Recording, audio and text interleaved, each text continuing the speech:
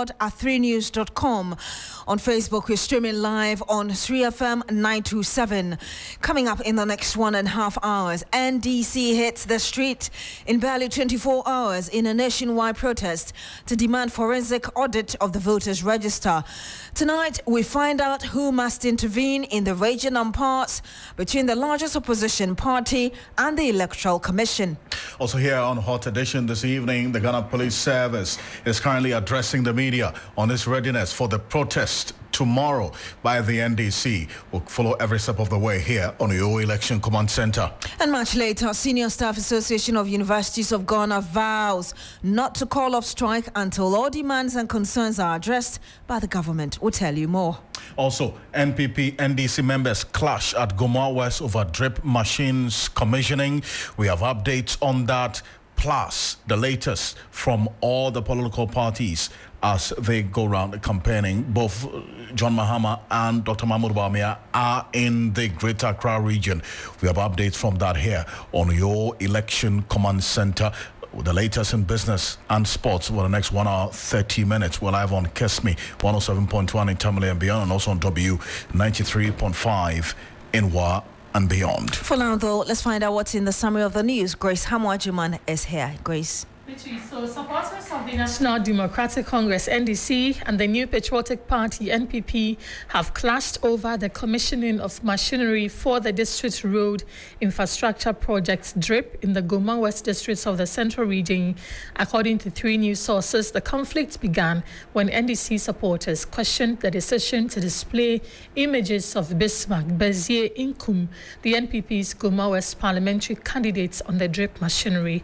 A viral video circulating on social media captured the DCE accusing MP Richard John Mensah of pulling out a gun and threatening NPP supporters during the heated incident.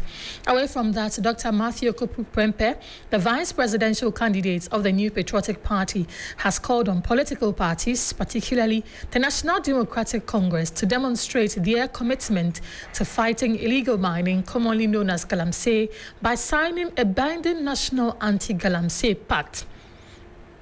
He urged religious leaders, especially the church, to lead the process of engaging stakeholders to develop this national anti-Galamsey pact.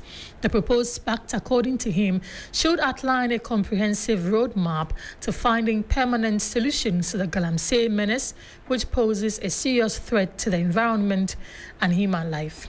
And before I go, the 2023 annual fraud report by the Bank of Ghana has revealed that the number of staff involved in fraudulent activities in banks and specialized deposit-taking institutions rose from 188 in 2022 to 274 in 2023, representing an increase of 46%. The report indicated that the BOG is concerned about the statistics and requires banks and institutions to strengthen their internal controls and enhance staff due diligence during recruitment, as well as reinforcing continuous in-house staff training on professional conduct. That will be all for the news summaries. Thank you very much, Grace Hamwajuman. Let's bring you the details of our stories for you tonight. And in less than 24 hours, the opposition National Democratic Congress, NDC, will be hitting the streets in all 16 regional capitals to demand a forensic audit of the voters' register for the 2024 general election. The protest, slated for Tuesday, September 17, that's tomorrow, seeks to pile an additional layer of pressure on the electoral management body to allow independent experts to look into the electoral roll. The umbrella party says that the voters' register in its present form is not fit for purpose, citing irregularities, illegal transfers, among others, claiming thousands are likely to be disenfranchised as a result. Some prominent citizens and several civil society organizations have joined calls for the EC to agree to an audit to dispel any notion that the register could be bloated. However, the commission remains adamant. Dr. Bosman Asare is Deputy Commissioner in charge of corporate services. When you talk about a forensic audit, it sends a signal that you have a massive bloat of the register, which we don't have. So as far as the commission is concerned, we think that there is no need for an audit. And we give the register to the parties in 2020. We gave it to them in 2023. So we think that the parties themselves should be in a position to be able to assess whether all the details they themselves put together during the registration are intact. And you heard Deputy Commissioner at the Electoral Commission, Dr. Bosman Asare. Well, the opposition NDC has been galvanizing its support base ahead of the protest tomorrow. Addressing a news conference earlier today, the Ashanti Regional Secretary of the party, Dr. Franklin Amoakohene, disclosed that more discrepancies have been identified in the voters' register in the region alone. Community Center with polling station code F010101 has a total registered voters of 747 as at 2020. In the 2023 limited registration, we registered 101 people. During the 2024 registration, we registered 51 people. So when the register came, we had a total register from the EC that had 941. To our surprise, when we went on the grounds, they were using a register that had 874 registered voters, meaning that there were 67 people who were on our register, the register they gave us, but were not present on the register the EC was using. In other circumstances too, their register had multiple number of people on the register that were not present in the register that the EC gave us. And typical example is with Baptist Church, New Edubiasi Senior High School, 1 and 2, Ama Adjoi's House, Yai's House Police Station, Old Ahmadiyya Mosque, among a series of the police stations that had these discrepancies.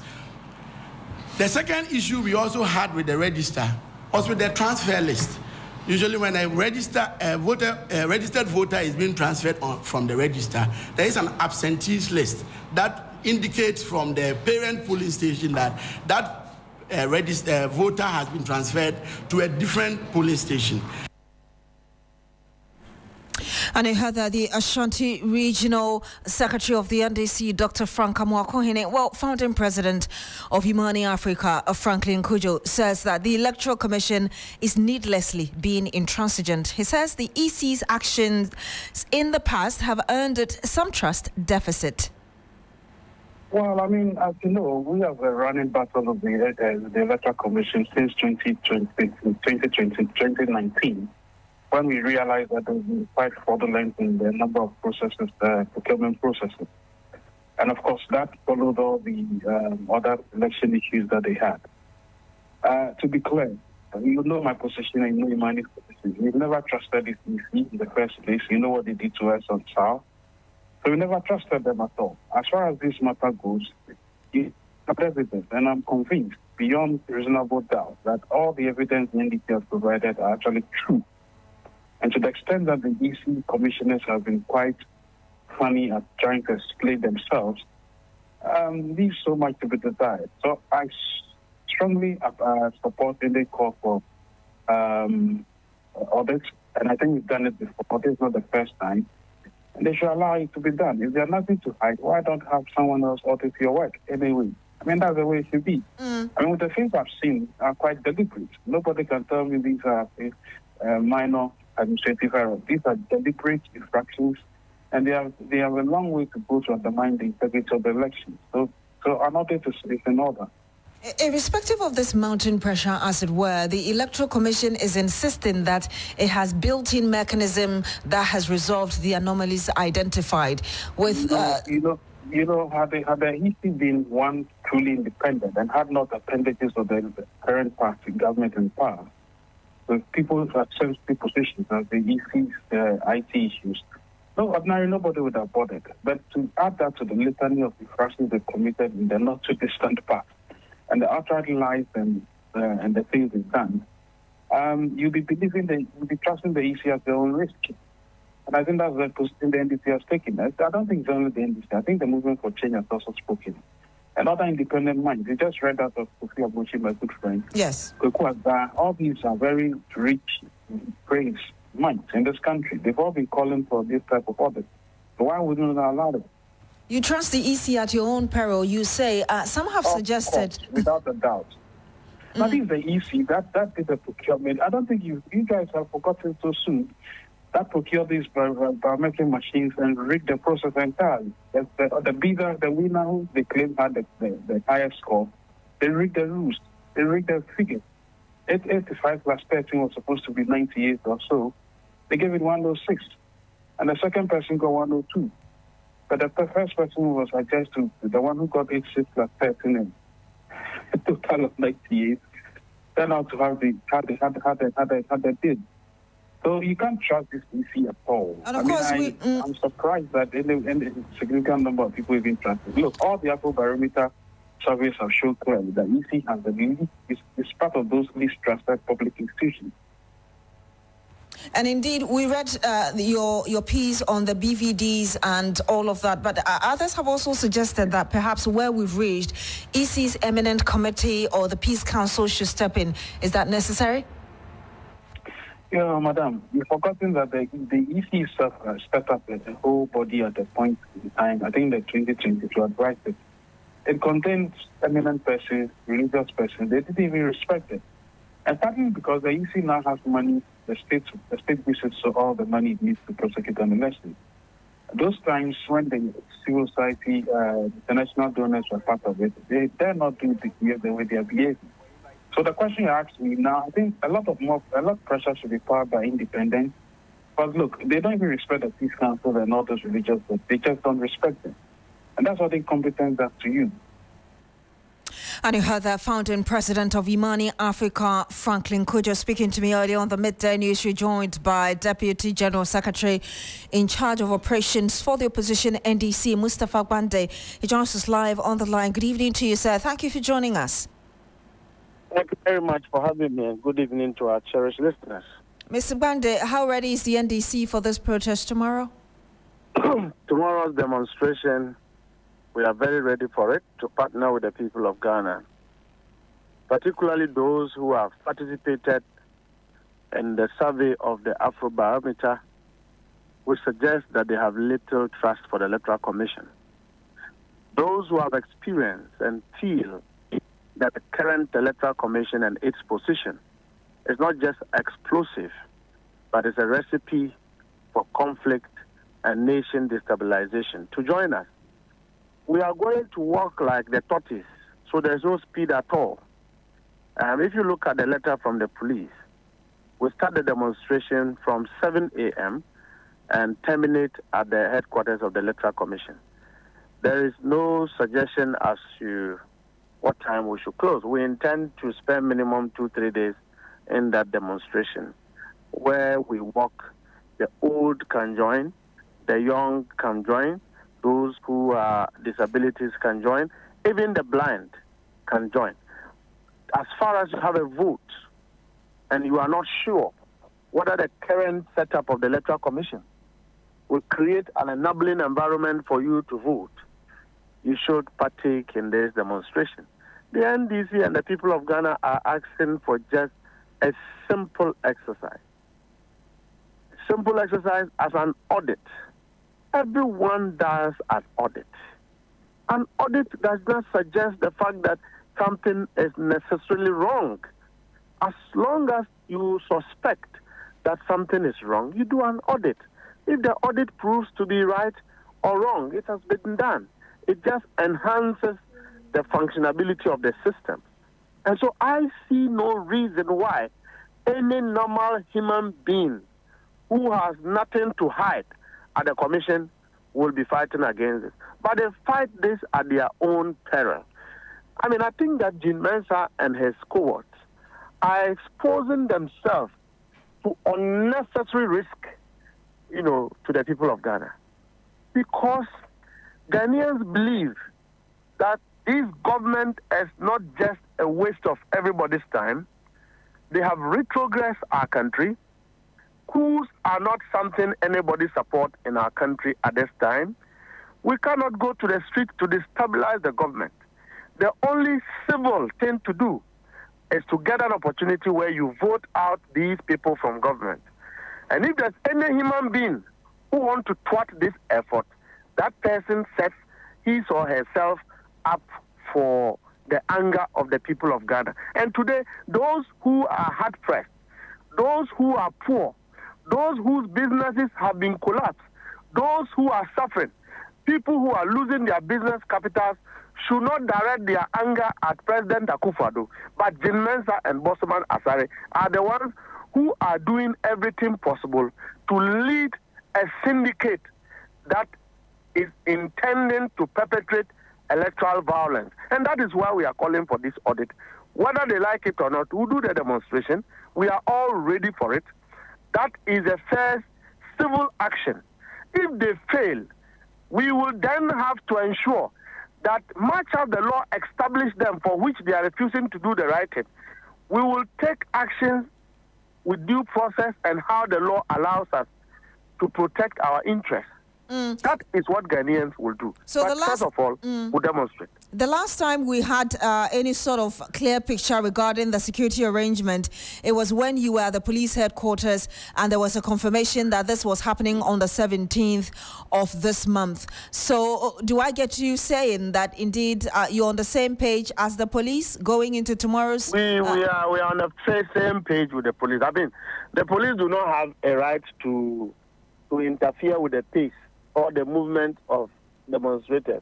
If we get there day one, it's okay. If we get there day two, it's still the same thing. As long as we are not terrorists, as long as we are not killing people, if there are any persons to be killed, to be arrested, it is the people in government. They are the enemies of the public today.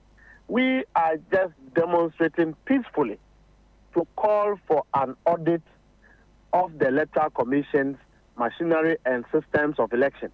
Because you would also agree that recently we found one machine of the Electoral Commission, that is the one that is used to vote, being sold in the marketplace as if it's a mobile phone. That even makes it more complex. And even the fact that President Akufo-Addo have appointed his best friend in London, Amfo Kwakye, Mr. Kwakye's son. The history between President Akufo-Addo and the late Kwakye is so serious that to have made his son a consultant to the IT Directorate of the Electoral Commission is the reason why they will lie that a Pusiga EC officer have transferred data illegally from Tamale South. That is a big fact lie. That is dishonesty, because there's no possibility that an officer in Pusiga can transfer data at the headquarters. It only happened with the tacit operation or involvement or support of an officer at the IT department. Mr. Agbande, that's an allegation we don't have evidence to back, so we will dissociate ourselves from it. But I know you called all people from all walks of life to join in the demonstration tomorrow. But do you have an idea how many people you're expecting? As long as we can occupy the streets and take over the whole of Ghana to show our disgust at the intention to perpetrate electoral fraud through concealed, untransparent, opaque activities of the Electoral Commission, we will do so. And we believe that all Ghanaians will join in us. You mentioned that you're going to walk as slow as tortoise. Did you mean physically? Yes. How are you going to control the crowd that may come? We are going to walk slow.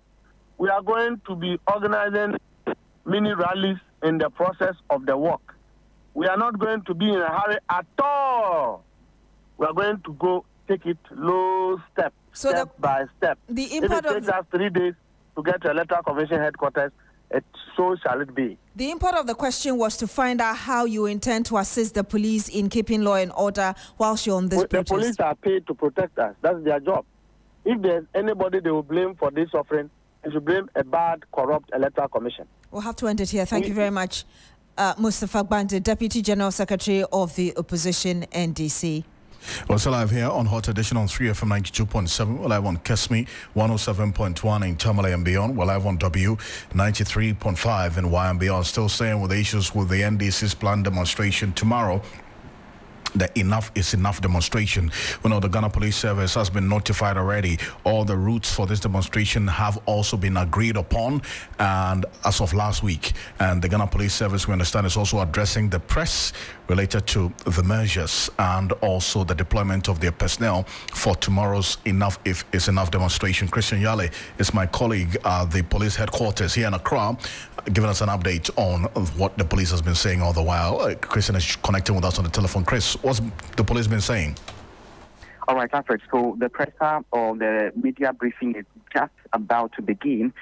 We have seen the police officers just walk in and trying to, get ready to address us. But what we understand is that, among other things, this briefing is going to talk much about security plans for the NDC's nationwide demonstration against the Electoral Commission, particularly about the voter register, which they have raised so many concerns about it, raising issues of inaccuracies and possible or alleged bloating of the register. And so we are just about to receive the message from the police service on the modalities, the kind of measures that they have put in place against the demonstration which is happening tomorrow. And also what is more important is about the fact that this is happening nationwide across all districts of the Electoral Commission. And so security measures must be well known or must be well tailored towards ensuring the sanctity of it to avert any form of possible clashes or whatever may be, coming out of that. And so whatever comes out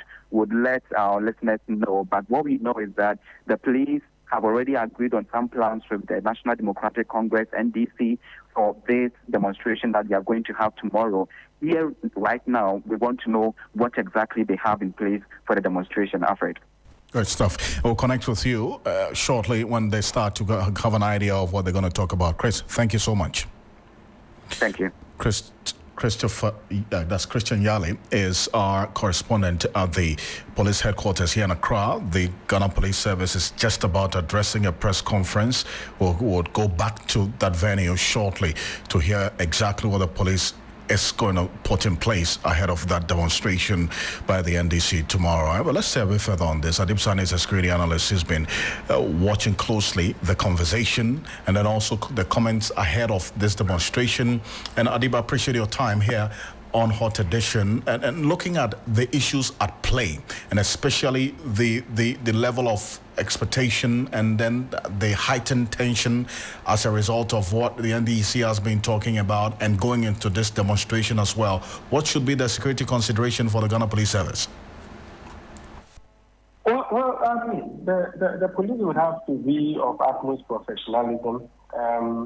They have to exercise a great deal of patience in dealing with, demonstrators. I've been on demonstrations before, and there's always a tendency of having certain elements within the crowd exhibiting, certain behavior that is inconsistent with the value of the law.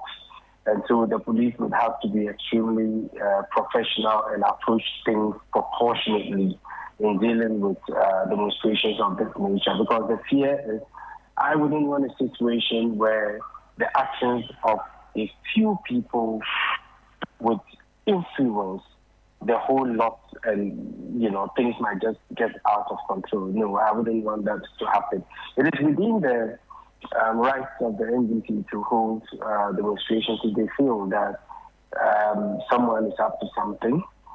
It is up to the Electoral Commission to also clear the air about what they are up to so far as the elections is concerned.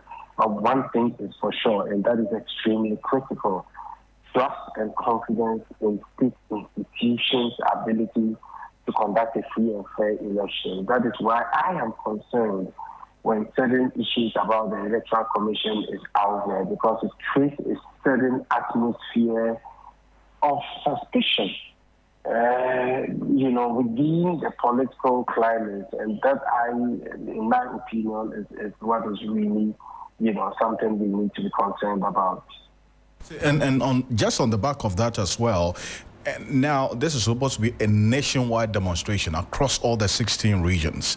That brings another layer of all the other issues you've been talking about, is it not? Because it's going to be the first time in a long while we're seeing a demonstration same day, same time across all 16 regions.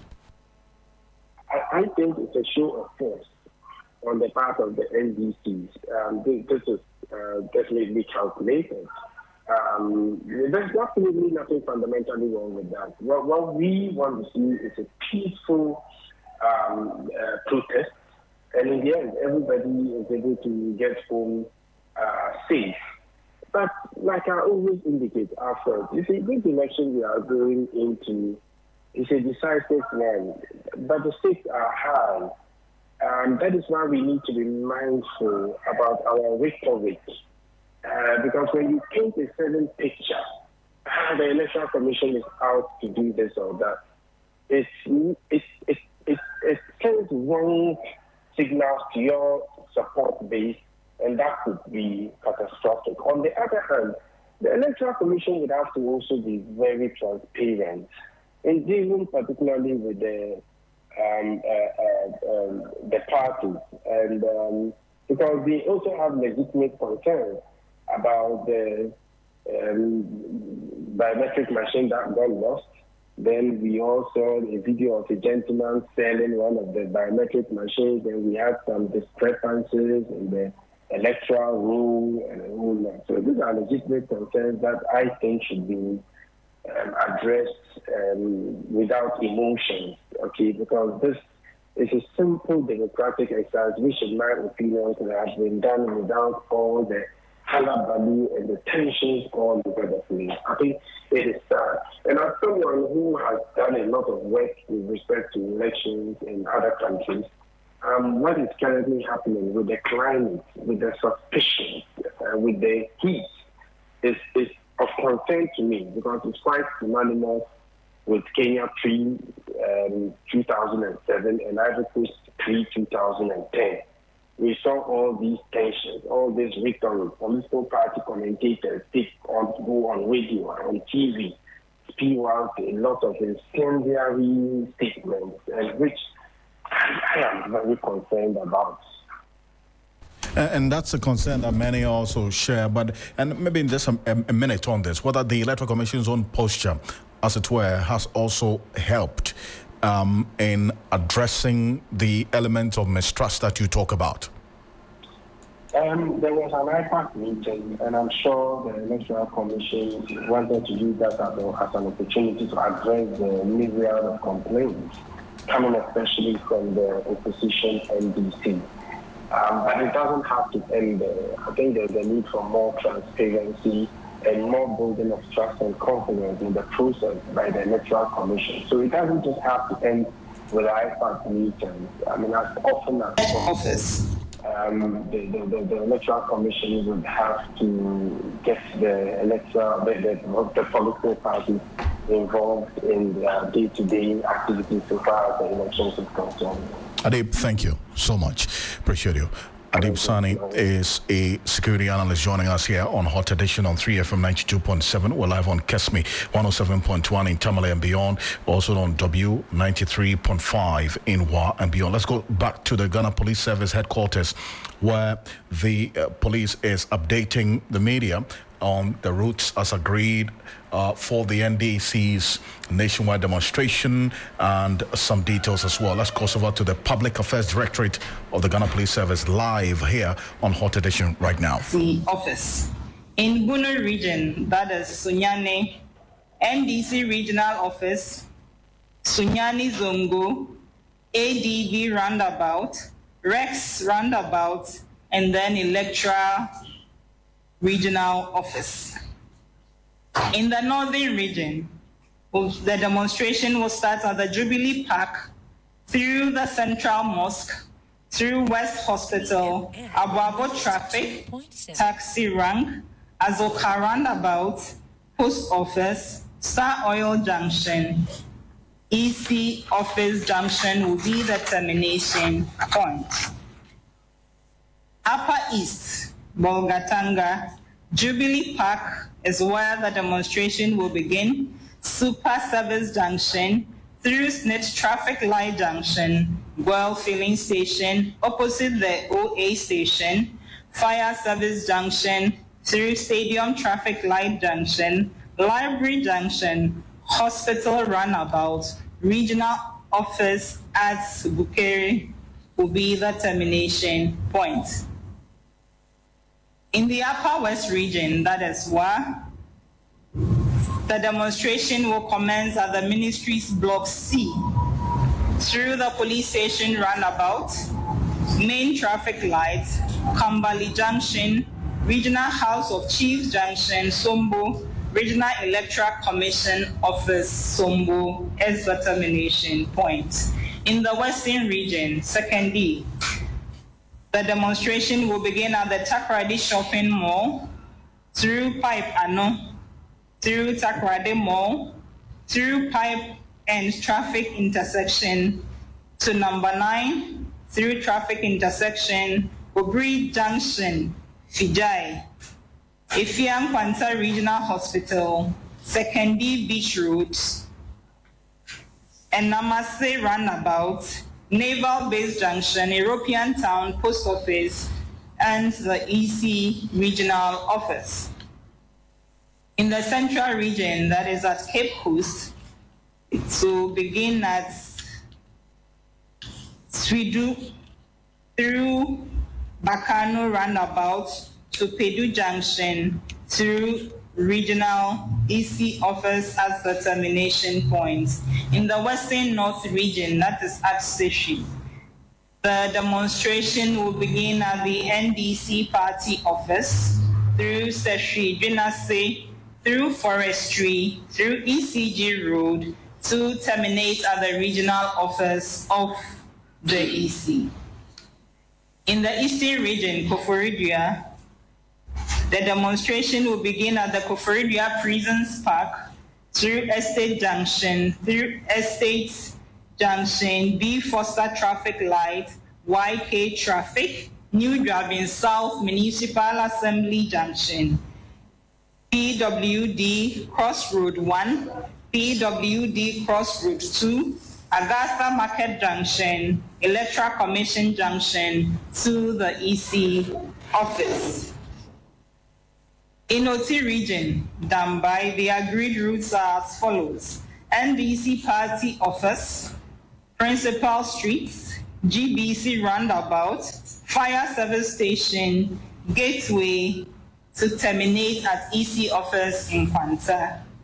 In Northeast region, Nalerugu, the demonstration will begin at the Nalerugu Senior High entrance through Y Junction, Baptist Medical Center Junction, Nairi Palace, Nalerugu Police Barracks Junction, Nobia FM Junction will be the termination points. So these are the routes that have been agreed between the police service and the organizers in all the 16 regions of the country.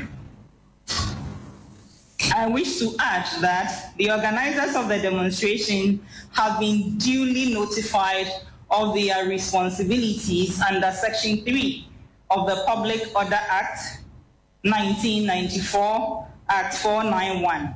And I would like to take a moment to read those responsibilities for our attention. Section 3 of the Public Order Act 1994, Act 491. And I quote, responsibility of organizers and other persons.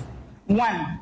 Where at any special event, any damage is caused to any public property, the organizers or any other persons found to have been responsible for the damage caused shall be liable to pay the costs of the damage.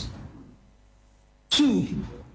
Any person taking part in a special event shall obey the directions of police officers, safeguarding the proper movement of other persons and vehicles and generally maintaining order. 3. Any person taking part in a special event shall conduct himself in such a manner as to avoid causing confusion, disorder, or the obstruction of traffic. And these rules have been duly brought to the attention of the organizers.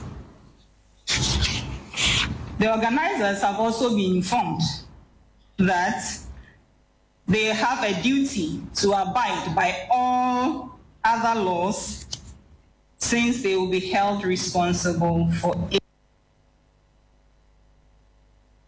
any breaches.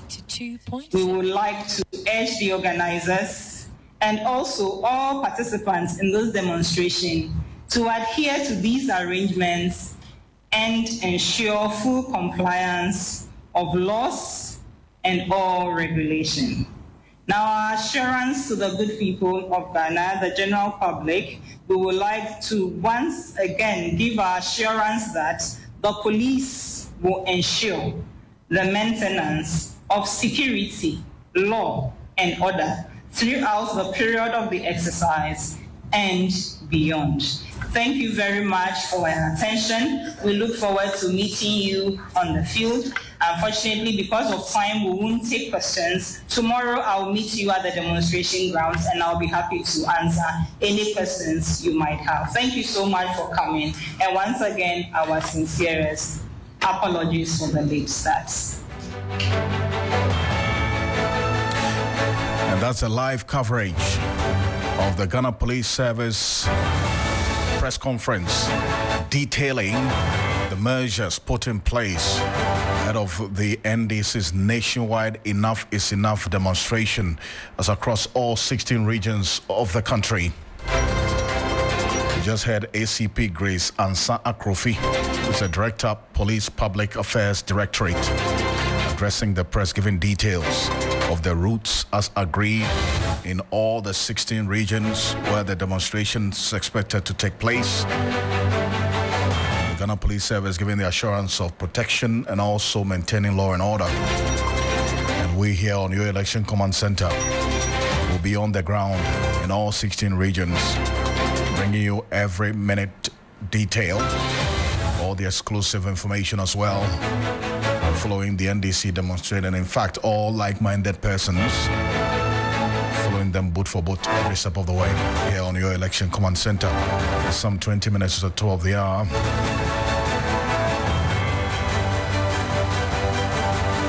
Let's get some more stories, shall we? Yes, actually, let's stay a bit longer on this story because we are joined on the line now by the chairman of the National Peace Council, Reverend Dr. Ernest Adujemfi. Good evening to you, Doc. Thank you for joining us. Good evening. We've had a situation where a lot of people now are thinking that both NDC and the Electoral Commission are having entrenched positions as regards whether or not there's a need to have a forensic audit of the voters' register, and are calling, they think that this is a time for the Peace Council to come in. Is that a call you accept? Well, we have already started discussion with all the parties involved in this matter. Initially, we were working towards a possible IPAC meeting today so that they could have resolved all the issues. The NDC thought it will disrupt their plans for what they want to do tomorrow. The EC also had challenges because by the LI that regulates the filing of nominations, they have to vet the presidential candidates between today and tomorrow and to determine those who qualify by Wednesday morning. And so it's not been possible for us to have the IPAC meeting today. But there's already a scheduled IPAC meeting on Wednesday. So we are hoping that at that meeting, whatever issues there are, we expect that the NDC should be able to present their grievances for it to be looked at. Now, it's important for all of us to understand that the voter exhibition is meant to correct errors. And therefore, if errors have been identified, we believe that the best forum is to present those errors, get them corrected, and then we can go back to look at what the correction is. Where are we? Has it corrected all the issues and the challenges we have? If it is not, then we look at the way forward. But if we have not done the corrections and we are calling for an audit, I'm wondering what else you may identify, because we need to find those errors now, correct and clean the register, then we can move forward. So, for instance, this is the position. For instance, the NDC in the Ashanti region today held a press conference and claimed that the NDC in that region had found some more errors that the Electoral Commission claimed it had dealt with through that exercise you just mentioned. And so the NDC still feels that there is a work to be done on the register. I'm wondering, after the exhibition, I don't think the EC has published anything. So I'll be surprised if somebody says that after that they've discovered something. If they've discovered anything, they are now doing the cleanup. So this is the opportunity to present whatever it is. I think the most important thing is go to the discussion table and put the issues there. Just putting them in the public domain doesn't solve a problem. We will go round and round. At the end of the day, we'll all sit down and resolve the problem. So why don't we do it now? Doc, do you support the call for an audit, especially when the EC says that, as far as it is concerned, the register is good for the election? Does the Peace Council support a call or this call for an audit, a forensic audit? We have to get to where we think that is necessary. For us now, I don't think that we are in a position. We have just finished the exhibition. Whatever errors we have found, let's put them on the table and get them corrected. But once you've done the correction, then you can move on to say that, okay, we are still satisfied or we are not satisfied. If we do the correction, everybody is satisfied. Is there a need for a forensic audit? You have stakeholders. If we do it, like Imani Africa, aside from the NDC, Imani Africa has been talking. The dean of the Accra School of Law, Professor Kofi Abochi, has also spoken about it. And the argument coming is that what is wrong if you just accept this, especially when there's suspicion that you're not doing a good job or you're trying to hide something? Just do it. At the end of the day, if it is done and there's no error found, you just clear your credibility. Well, I agree to that. You see, but the issue is that you need to, once you start a process, let the whole process roll. You've done exhibition. People have raised issues. Those who are dead, who are this and that, clean it up first. And then put it out and say that, okay, we've done the cleanup, this is it. If we still think that there are problems, then we call for the audit. But if you bring the thing and we are now about to do the cleaning and you say, let's go and do an audit, the audit will reveal all the issues we are talking about. And at that point, what are we going to do? We are going to blame somebody and say, you haven't done a good work. So, Rev, they are saying that let us do the cleanup and then we bring it for all of us to look at. Rev, if I get you correctly, as we speak now, at this time, you do not think that there's any necessity to have a forensic audit of the register? No, that is not what I'm saying. All I'm saying is that let the EC finish its cleanup. Bring the report. If everybody finds it acceptable, is there a need for an audit? If we don't find it acceptable, then we move on. At this because stage, you are talking about yes, forgive me. You're talking about financial implications. We can just talk, but let's look at the financial implications of the things we are talking about. So you're looking more at the financial implications than the trust issues being raised? Not more. You see, let's be holistic in all this whole discussion. Right. You have given me work to do. I brought the work. I said, look at it, and if there are any errors, let me know. You have pointed out some of the errors. You are saying you are still seeing others. Bring them all. Let me see all of them. Bring it to you again and say, okay, I've corrected the thing. Look at it. If you still find errors with it, let me know. And then at that point, we all say that, okay, the work you did is not fine. Let's go and look for somebody else to help us. But you have given me the work. We have all pointed out errors. I have not corrected the errors. And then you say, let's do an audit. That is where we have a challenge. You see, let them finish the cleanup. If they clean up and then we realize that there are still errors, I think everybody in this country will agree with you. So, Rev, if I get your argument, you think that perhaps the NDC is equally jumping the gun, going ahead to even organize this national demonstration tomorrow? Well, everybody has a right to demonstrate, no matter what your grievances. So we don't want to appear to be judging anybody in this matter. All we are saying is let there be cool heads. Let's go through the processes and identify what the issues are, isolate them, and deal with them. You talk about an IPAC meeting which is happening on Wednesday. Aside from that, is there anything that the Peace Council is doing to prove its proactiveness, especially when in the last few weeks you've come, people have criticized you for not doing so? Well, the public may say whatever they want to say, but we are working according to our plan. I'm just coming from a meeting. And there are several meetings that have been held. Even on this issue, from Thursday up to today, you have no idea what has been done. And we don't talk about the things we do, so the public can say anything. But we are not judging ourselves by what the public is saying. The most important thing is, how do we keep the peace of this country? How do we keep the peace of this country? What would you say ahead of tomorrow's protest, both to the police and the NDC? And that's my final question. We've had a meeting with the IGP today. I've spoken to General Mosquito. He gave me the assurance that the demonstration will be peaceful. IGP has given us an assurance that the demonstration will be peaceful. Nothing will happen, so we should relax. Well, Ntetea, thank you so much for speaking to us. Reverend Dr. Ernest Adujemfe, he's the chairman of the National Peace Council. Thank you for talking to us. So live here on Hot Edition on 3FM 92.7, also live on Kesme 107.1 in Tamale and beyond. We're live on W93.5 in Y and beyond. The Senior Staff Association of the Universities of Ghana say they will not call off their strike until all demands and concerns are addressed by the government. The association began a nationwide strike on Monday, September 16, over conditions of service and non-payment of their Tier 2 pensions to designated fund managers for investment. This follows the government's failure to honor their demands for better service conditions after a series of protests and negotiations. The group is accusing government for failing to meet their September 16 deadline in implementing their demands despite reaching an agreement.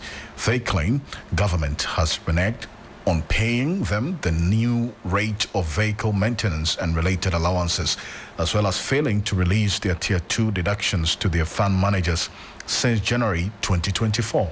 Let's get to the telephone in a bit. We'll have George Anson, who is a national chairman of the senior staff of the Associations of Universities of Ghana, is joining us on the telephone. Anson, appreciate your time. Good evening. Thank you for joining us here on Hot Edition. Good evening. Now, the strike starts today, well, at least based on the notification that we've had. It is enforced, correct? Yes.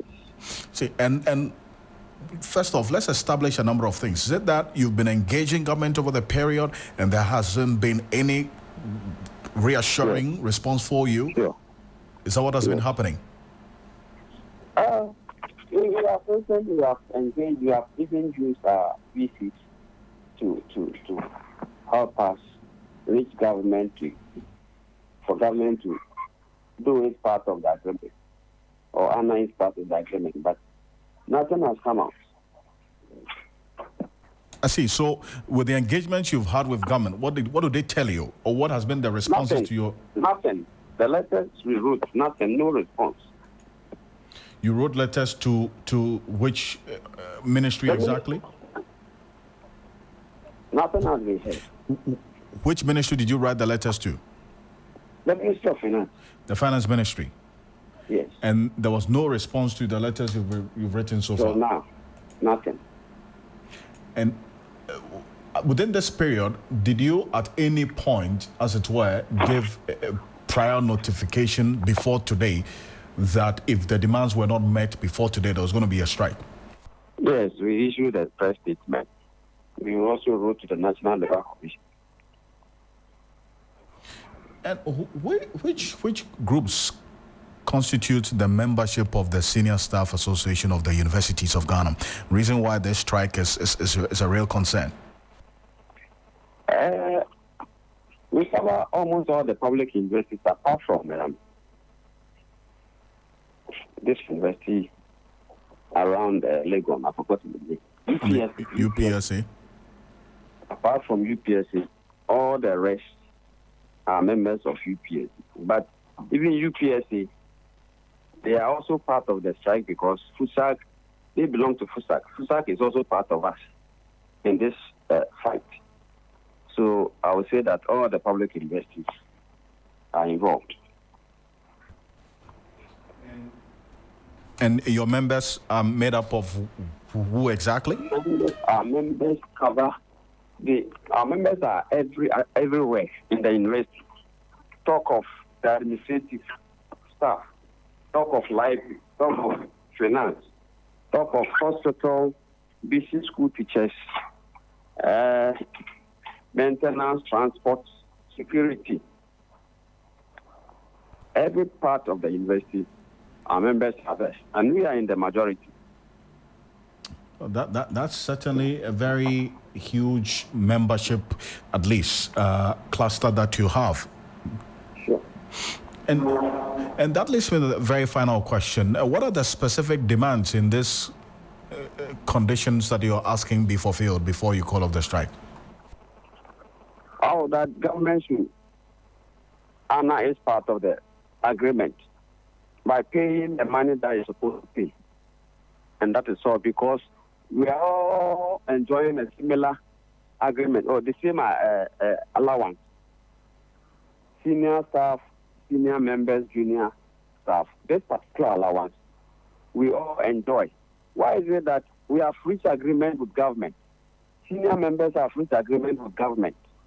But when the agreement, the allowance was reviewed, government released a letter that the senior members should be paid, leaving us.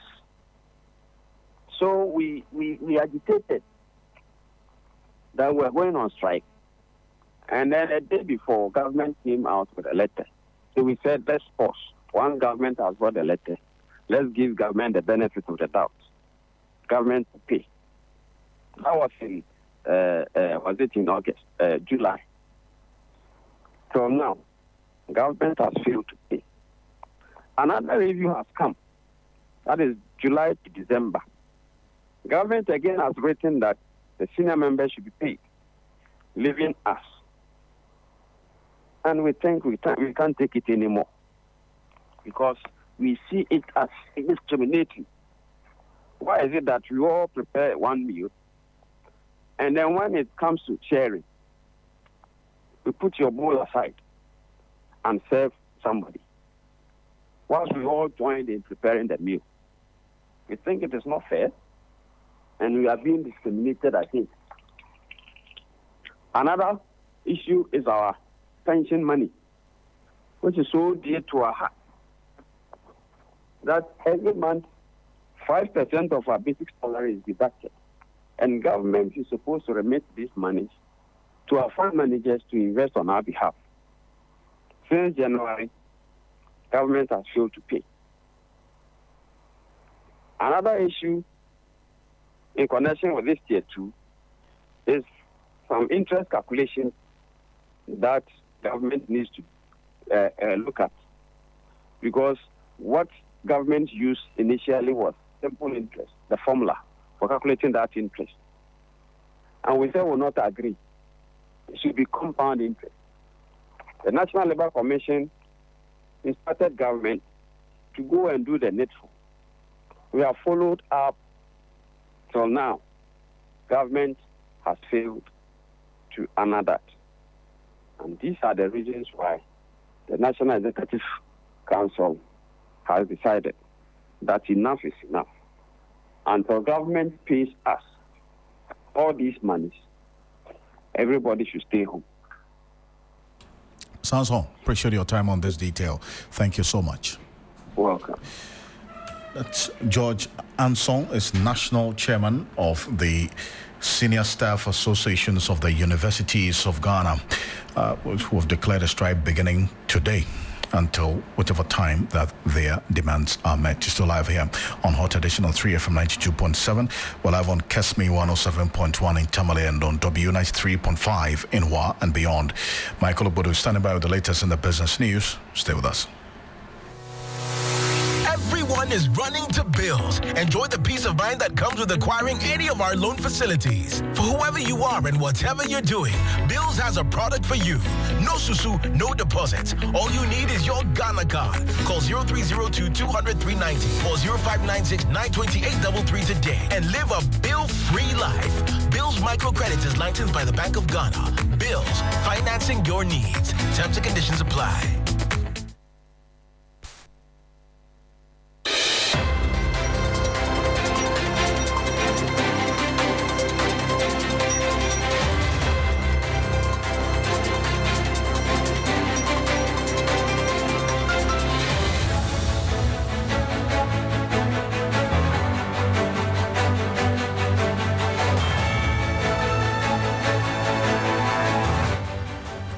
Hello there, good evening. It's time now for the business segment on Hot Edition. Coming up tonight, Bank of Ghana reveals fraud losses in Ghana's financial sector surge by 7% to reach 88 million cedis in 2023. We'll bring you details of the 2023 annual fraud report. I am Michael Lubadu. Please stay.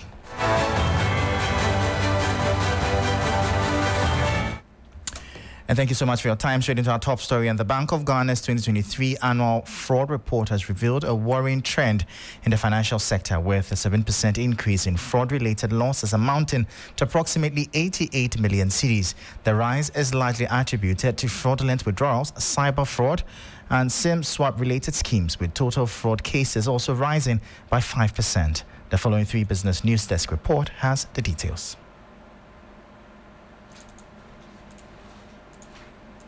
Fraud-related losses in Ghana's financial sector surged by 7% in 2023, hitting approximately 88 million cedis. That's according to the Bank of Ghana's annual fraud report. The report shows an increase in fraud cases from 15,164 in 2022 to 15,865 in 2023, with the rise driven by fraudulent account withdrawals, cyber fraud, and SIM swap-related schemes. While the overall fraud count increased, the losses in the banking and specialized deposit-taking institution sectors saw a 29% rise, totaling 72 million cedis. A notable outlier involved foreign currency transactions that significantly inflated the loss value.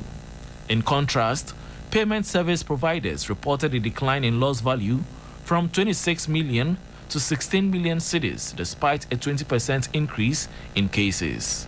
The Bank of Ghana has vowed to continue its engagement with institutions and stakeholders to address these issues and strengthen the fight against cyber-related fraud. That was a 3 Business News Desk report. Now, USAID Ghana Acting Mission Director Grace Lang has revealed that over 60% of fruits exported from Ghana are rejected every year due to post-harvest issues, among others. This, according to her, raises a lot of concerns considering the vast potential Ghana possesses in the global processed food market. To address the challenge, USAID is supporting the country with a 7 million cedi investment in a dried fruit processing plant with the potential of processing 144 tons of fresh fruits and create economic opportunities for up to 1,500 farmers and generate over 28 million cedis. Ghana holds substantial potential in the global processed fruit market, but 66% of fresh fruits from Ghana are rejected annually due to inadequate post-harvest handling, sanitary issues, and a number of other challenges. And that's a problem that impedes exports and stifles economic growth. So U.S. efforts to improve food security, create jobs, foster economic growth, and ultimately enhance the well-being and prosperity of Ghanaians. U.S. aid is central to that effort. Pure and Just is just one shining example of how U.S. aid investments can unlock Ghana's economic potential and agricultural potential. Under the USAID Feed the Future Africa Trade and Investment Activity, Pure and Just received approximately 7 million cedis, which is about $440,000 US, to expand this factory. And today the facility is capable of generating over 28 million cedis in annual revenue. So that was Grace Lang. She's the acting USAID Ghana mission lead. Now, away from that, a recent report has revealed that the Kaswa South ECG district experienced 209 power outages this year, 8 times more than the number recorded in Roman Ridge. The data was collected as part of the Grid Watch Accra dataset, a project led by Enerline Incorporated in partnership with the Millennium Challenge Corporation, the Millennium Development Authority, and GIZ. At the report's launch, Enerline CEO Dr. Noah Klipman said the findings would help inform policy decisions aimed at improving Ghana's energy sector. So I think one recommendation would be to collect more data, honestly. What we were able to see is, first, that the data collection is possible. We were we're engineers, and we designed a new system to take this measurement specifically for Ghana. And we used it successfully for 5 years in over 1,400 households, collecting power quality data in real time. And I think that that type of data can inform new policy interventions. So government could decide to take measurements in areas that they are most interested in, and then after that work is done in those areas to improve it, they could then look at that same data and communicate to the public that money was well spent and that effort was successful.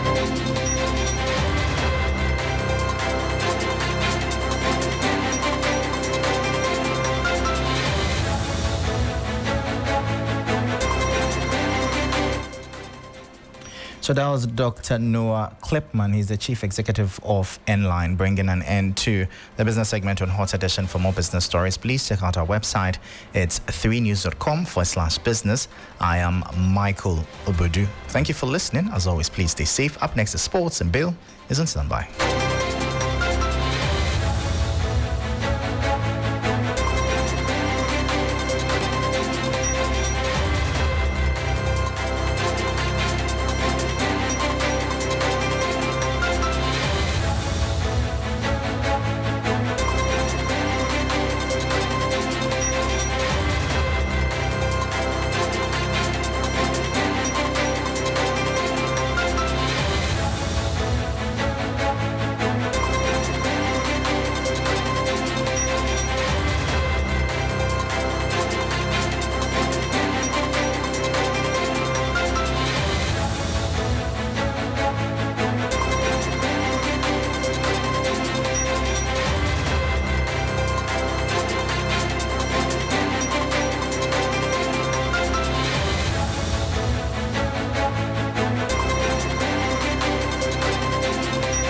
Hello, good evening, and welcome to the sports segment here on the 3FM Hot Edition. My name is Billy Shen.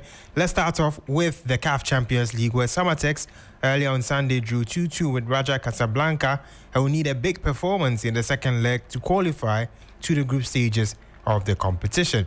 Now, African football analyst New Adams has not closed the door to the possibility of Samatex qualifying. I think it was a very good game, especially for the two teams. Raja Casablanca, as we know, giants of Moroccan football, champions of Morocco, and you see the sort of quality they possess. Yeah, you wouldn't even believe Samatex were going to match them boot for boot.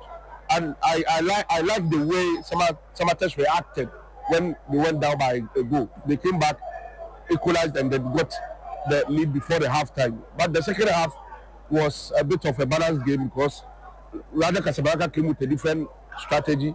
They try as much as possible to get the equalizer and then hold on to the draw because they know once they take the second leg to their home grounds, they are going to win. So I think it was a good game. Let's give credit to Samatex and the technical team and the players. They did extremely well. They put in a lot of effort just to make sure they could get the win. But unfortunately, they played against a very tough team or a very disciplined side, and I think the draw is very, very fair. Well, yes, we can only hope that Samatex can surprise Raja in Morocco, but it's not going to be easy. Raja, knowing that if they get even a goal, they are through to the group stages of the CAF Champions League. Yes, I think they will do everything possible to make sure they beat Samatex in Morocco or in Casablanca next week. But I still believe Samatex can pull up and some effort to make sure they get something out of the game. It's not a done deal. That was New Adams, a African football analyst. Now in the Ghana Premier League, Vision FC continued their unbeaten start to the campaign following a 2-0 victory over Accra Lions. But it is doom and gloom for Hearts of Folk as they are currently languishing at joint bottom of the league log. This report by 3 Sports looks at how low the club has sunk. When you read the Ghana Premier League table from bottom, a big name comes up first. 21-time league winners Hearts of Folk. This shocking ranking comes after the Phobians recorded back-to-back defeats in their opening 2 games of the season. it is the first time the Accra-based side has started this poorly in 15 years. Of course, it is way too early in the season, but given the form of Hearts of Oak in the last two campaigns, many Phobians are worried, and they are dreading that Ouattara's nuanced suggestion that avoiding relegation will be a major objective this season is happening already. Bearing most of the heat is the Ivorian head coach Abubakar Ouattara. Many fans want him gone already. The numbers since his arrival in February this year do him little favors. The Ivorian has managed the club for 19 games, recording 7 victories, 3 draws and 9 defeats. During that run, the club has scored 22 goals and conceded the same number. There has been nothing in their form to suggest he could get Hearts competing for titles again.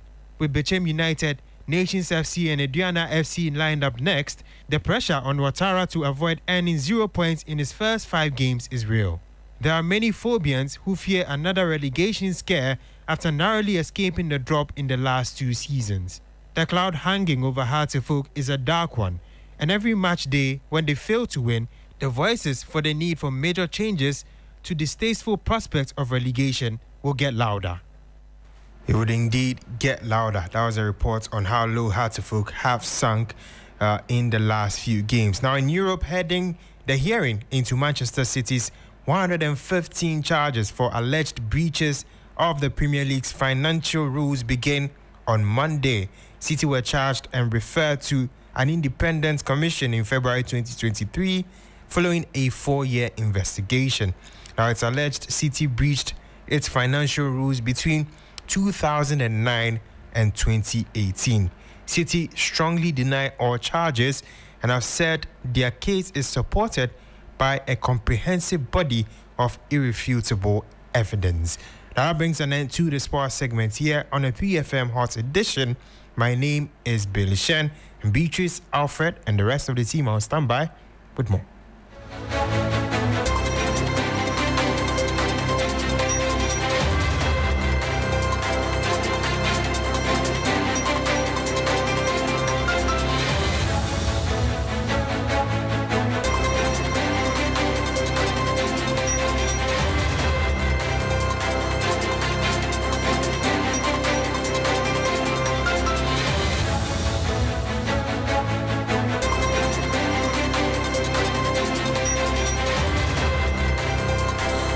Thank you, Billy Shen, with the details in the world of sports.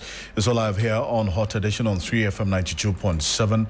We're live on Kesmi 107.1 in Tamale and beyond, and also on W 93.5 in Wa and beyond. Keep your thoughts coming through right on to you and to the rest of the world here on Hot Edition. And we now get into your election command center. This is campaign trail, following every step of the way, every issue as it plays out ahead of election 2024.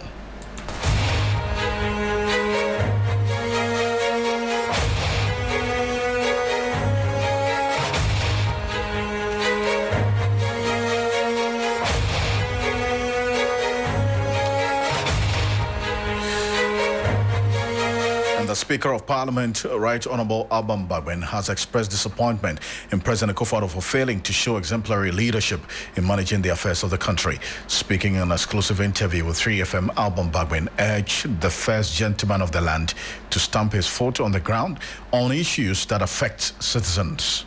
Take a listen. Definitely will not buy what the politicians are saying now, because you've heard it many times. And as they said, the failure of His Excellency Nana Addo Dankwa has given almost fatal blow to the trust of Ghanaians in the democratic process. But so many people believed in him that he was going to make a difference. But unfortunately, he has disappointed all of them. Even on the level of economy? Yes. Even his followers in his own party really don't believe in him again. I describe him as a lame duck, and he wasn't happy with that description. Why did you describe him that way? That is the statement of fact. Why did you describe him that way? None of his party members is looking up to him for leadership. And authority has moved from his hand. And they are looking for where to position it now. So most of what he's doing, his people are not in support. So what you're saying is that even with the explanation of COVID-19 pandemic and the Russia-Ukraine war, which is still raging, you do not think that the government has been able to handle the economy much or well? Those things you mentioned, were they only things meant to affect Ghana? What about the other countries? Are they in this state? What about the Ukraine itself or the Russia? Those warring factions. What is the state of their economy there? So what is our problem? It's leadership. That is the problem of Africa. It's leadership. And our definition of leadership is different from the others. And so we keep on making mistakes because we only listen to those who are in the position to deceive us and cajole us to believe in them. We don't even take a step backwards to analyze where they came from. Why don't we? Well, it's basically because of lack of information. The fact that we've not been able to educate ourselves. When I talk about education, I'm not talking about formal education, read and write. No. Even informal education in the family. We've not been able to imbibe the values that build integrity. Not just integrity in the person, like honesty, but also in our systems. And so we rather glorify, people who have developed skills to defraud, cheat, and deceive us. Those are the people we glorify. And so any person that wants to come out to face the bullet and tell the truth is scandalized, destroyed, and nobody comes to the defense of the person. And so the others, I mean, definitely you are intimidated. So what you're saying is we love evil more than good in this country. Exactly, this is what we're doing. This is what we're doing. As the Speaker of Parliament there, speaking to Beatrice Edu in that exclusive interview, and still staying with the matters and the New Patriotic Party flag bearer, Dr. Mahmoud Bawumia has chided former President John Mahama for making remarks that he considered unbefitting of a former head of state. This comes after the NDC flag bearer criticized the clergy, traditional leaders, and civil society organizations for not holding the NPP government accountable. The flag bearer of the National Democratic Congress, John Dramani Mahama, on September 15, while addressing supporters at the Okaikwe North constituency, criticized the clergy, traditional leaders and civil society organizations for failing to hold the New Patriotic Party government accountable. I was saying, now you kabum, now you maya no koba, when you catch of Abaye say, Adiam would this man would be Ghana for no, and then also say Mubeko. We must come together and tell the government that your time is up, but you will find some chiefs congratulating them for a good job done. Churches will be praying for him as well, telling him he has done well. Traditional authorities will also be doing same.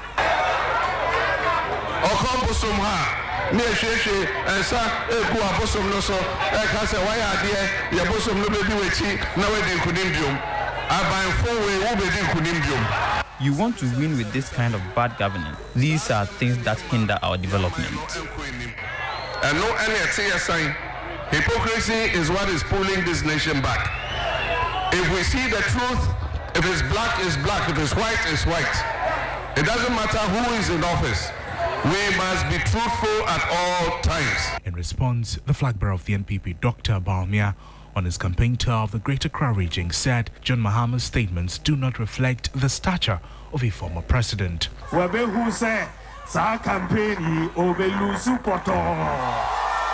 He's realized he's about losing miserably, so everything gets him angry. I have heard him insulting the clergy, traditional leaders, imams, CSOs. He says they are all hypocrites.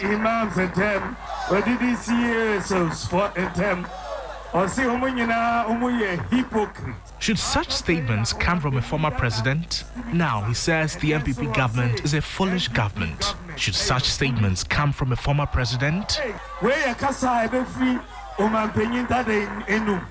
must have limited at least some standards of decency. Dr. Bawumia also took the opportunity to jab the NDC flag bearer over his refusal to engage in a debate with him. Every sector of the economy, we have done better than you. That is why I say, if you believe in your achievements, come and let's debate one-on-one. Come and let's debate. He's afraid because he knows I speak with data. No, sir, I speak with data. Speaking in the Amasaman constituency, Dr. Bawumia urged the electorate to support his presidential bid, emphasizing that he has proven himself as vice president and is ready to lead the country. Vice President Ejumanendia Mapasi. President I have passed as a vice president. Promote me to do the work of a president. Promote me. Give me the wheel.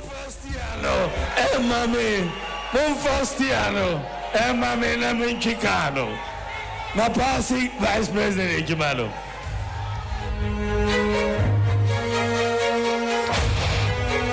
And you heard that the Vice President and also the flag bearer of the governing MPP, Dr. Mahmoud Bawumia, asking Ghanaians to give him the steer to be the driver instead of the mate. Now, we stay on issues related to the elections because the Institute of Economic Affairs, IEA, says that it will not compel any political party to participate in its presidential evening encounters and debate. This was after the spokesperson for the New Patriotic Party, Dr. and flag bearer, for the flag bearer, Dr. Mahmoud Bawumia's campaign team, Dennis Miracles Boaje, indicated that the MPP will not be part of the debate if NDC is not participating. The IEA insists that the debate is to strengthen democracy and not duopoly. Here is a report by Stanley Nibleo.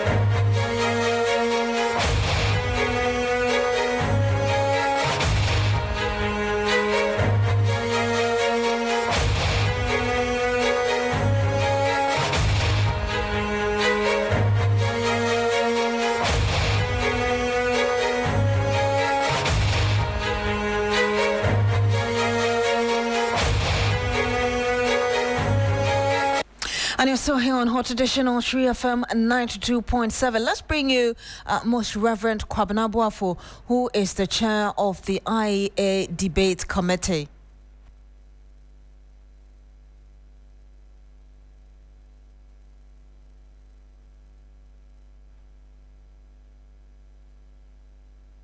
The purpose of the evening encounters and the debates is to provide a platform for the candidates to present their visions, plans, strategies, and explain further their manifestos to the electorate and allow the electorate to ask questions to enable them make informed choices on Election Day, 7th December 2024.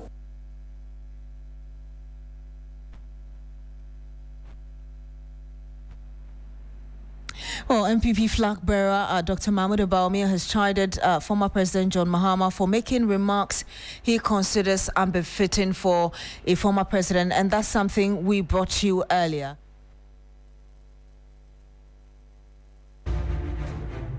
On political issues, because some party supporters of the People's National Convention in Accra have petitioned the Electoral Commission to annul the result of the party's Congress. Led by the party's parliamentary candidate for Wejagbawe, Thomas Moon, the group demanded that the Electoral Commission disqualifies 2024 flag bearer Bernard Mona and rerun a more fair and transparent election.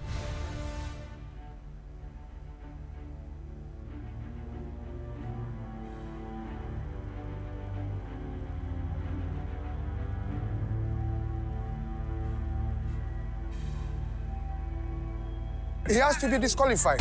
When the Electoral Commission receives your informations for nomination, when you file, it doesn't mean you have been qualified. You can be disqualified also. So that is the reason why we are sending this petition.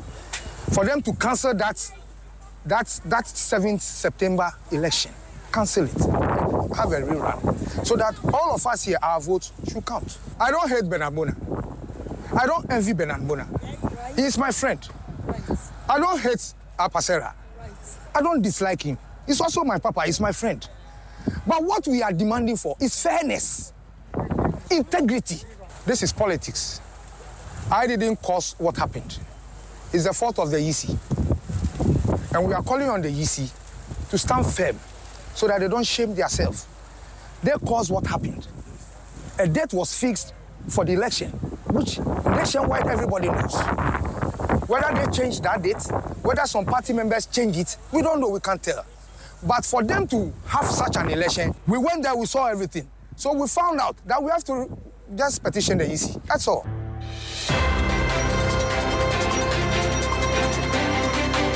And that's it for the News on Hot Edition on True FM 92.7. My name is Beatrice Edu. Thank you very much for joining us today.